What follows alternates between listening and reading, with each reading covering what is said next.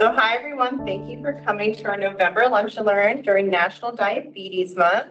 I think everyone knows, my name is Catherine, I'm the Community Health Educator at Good Shepherd Community Health and Outreach Department. And we're just going to briefly go over prediabetes and diabetes before really talking about one of the classes our department offers at Good Shepherd that's focused on prevention of type 2 diabetes. But on the picture behind me, you can see some graphs, and they're just highlighting the fact that prediabetes and diabetes has been increasing in this country over the past 20 years. And this is updated information from the National Diabetes Statistics Report. The first column on the left shows 96 million people 18 and over who have prediabetes. So you can see the significant number there. That's 38% of the US population, so about 1 in 3 people. The column next to it is 26 million 65 years and older, so 48% have prediabetes. Moving down to the third one, the lightest blue, that's 11% or about 37 million people in our country have diabetes. And then the last one in white is 8.5 million people, or over 20% of adults in the US have diabetes and are undiagnosed. So it's a lot of numbers, but you can just see that it's not as rare as you might think if you don't see it in your life, if you don't talk about it, but it is around us. So again, 1 in 3 Americans have prediabetes, and more than 80% of them don't know they have it, which is really scary because prediabetes can put you at risk for developing type 2 diabetes, you can develop heart disease, you can have a stroke, and you can have prediabetes for years and not have any symptoms. So it can go undetected until something serious happens, like getting diagnosed with type 2 diabetes. So it's important to talk to your doctor, hopefully get annual blood work to see how your blood sugar is doing. But these are some of the risk factors for developing type 2, well, prediabetes that might lead to type 2 diabetes. But being overweight, being 45 years or older, having a close relative with type 2 diabetes, so that could be your sister, brother, parent, not being physically active, having PCOS for women, and then ever having gestational diabetes, again, for women. So some of these things are factors that we can have an impact on.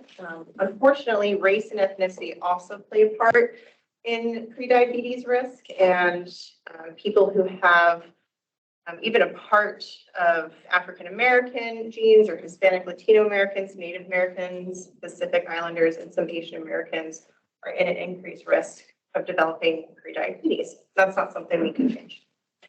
The good news is if you have prediabetes or if you think you're at high risk based on these, the CDC does have an evidence-based program that our department leads, and it's the National Diabetes Prevention Program that focuses on making lifestyle changes to prevent or delay type 2 diabetes. Even just delaying it is a huge success.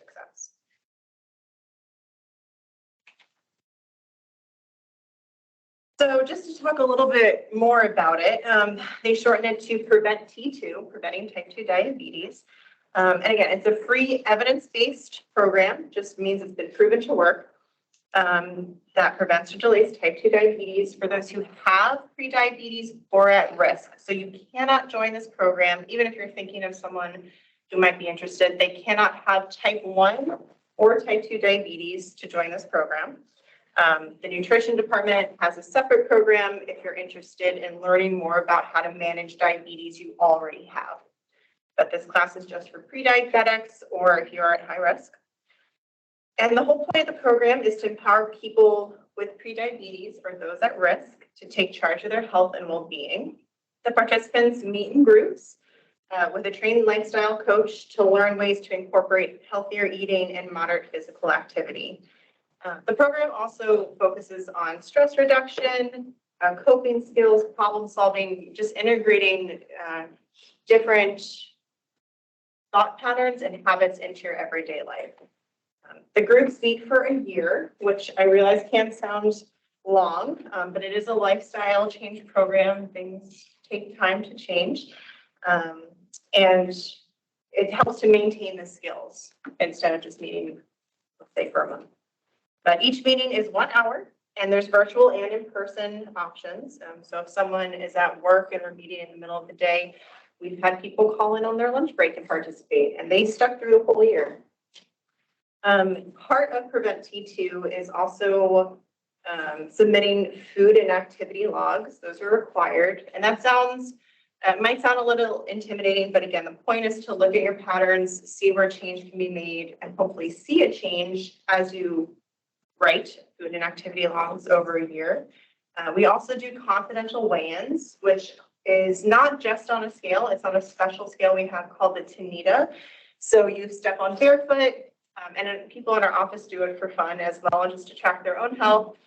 But it can track your body water, the amount of water in your body, the amount of fat on your body, the amount of muscle mass. So it's not just a one number, like a typical home scale, but it gives you more details. But although diet and activity are the core of this program, again, there's other topics that are discussed throughout the year that include sleep, stress, eating out, and asking for support from loved ones. Because if anyone has made, a significant lifestyle change, you often are not doing it alone, and you do need others to support you. Currently, we have new cohorts starting every 6 months. So the next one I think is set to start in April in the new trimester. But if you're interested, or if you have questions, or if you just want to be put on the wait list, please reach out to us. And we'll hold on to your names and reach out when a class is scheduled. These are the program goals. On the left-hand side, you can see the goals by the end of the first 6 months, and then the goals by the end of the second 6 months. It's, again, a year program. So within the first 6 months, the goal is to lose at least 5% of your starting weight, or lose at least 4%, and then log an average of 150 minutes of physical activity each week, or lower your HbA1c by 0.2. And two things I just want to point out. The 150 minutes, that's just recommended. That's a recommended number for adults in this country to get 2.5 hours of physical activity each week. So it's not an arbitrary number. It is picked for a reason. And then if you're more interested in looking at your HbA1c, again, that's a blood work, and you can get that done from your primary care provider. But if you don't have a doctor that you visit, or if you can't afford the blood work, our department does have a grant to help community members get free labs, and it would test your lipids, your cholesterol, and your A1C. So if that's something you're interested in, please reach out to us. We can assist with that. But on the other side, on the right-hand side, the ends of the next 6 months, the goal, it's mostly focused around maintenance. So keeping off the weight that you've already lost. That's pretty big part, I think, of this program, is like maintaining the enthusiasm and the positive thinking, because it is going to be hard. But keeping the weight off that you've already lost, keep working towards your weight or HbA1c goals if you haven't reached them yet. Losing more weight if you wish, but no more than 1 to 2 pounds a week. That's just centered around sustainability. I don't want anyone on a crash diet. And then keep getting at least 150 minutes of activity each week. That's a consistent theme that we talk about, each week. Again, food and activity logs, we keep on bringing enough and reminding people, and there's no shame in it. We just all need reminders. So as far as eligibility, the top criteria are points that every participant needs to check. So each participant has to be at least 18 years old. Again, having no previous diagnosis of type 1 or type 2 diabetes, be overweight, and those are just the BMI numbers, and then not be pregnant. So everyone has to reach those 4 and one of the next ones. So again, looking at your HbA1c scores, making sure it falls in that prediabetes range. Be previously diagnosed with gestational diabetes. So if you're pregnant and you had diabetes, that would qualify you.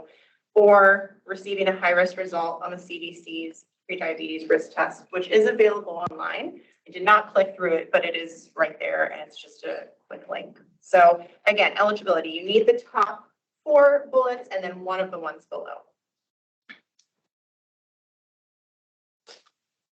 So when it comes to benefits, Hopefully, just listening to this, you can hear some of the benefits that might come from going through the program. Again, just to prevent or delay type 2 diabetes, but there are a bunch of other benefits. The trained coaches, which I am one of them, we try to foster a respectful and supportive group culture. We try to engage participants to share their experience, encourage them to seek advice from each other, and to promote personal advocacy. So it's less of a hierarchy. We're not teachers talking down to anyone. We're sitting at the same table, acknowledging that we're all sharing knowledge, whether it's from one aspect or another, and really trying to motivate one another, to start the program, to continue the program. There's going to be hurdles. But benefits of the program, again, center around losing weight and increasing activity. Other examples of benefits that successful participants have seen: preventing or delaying type 2 diabetes, helping with helping sleep problems, lowering your blood pressure and cholesterol, increasing your energy, and lowering stress levels. There's a lot of other benefits, but it's also going to be individual, to each person, but hopefully those are seen across the board. Thank you everyone for attending. That is the presentation. If you have any questions and you feel comfortable asking them now, please go for it. Otherwise, this is our contact information, where you can contact me directly.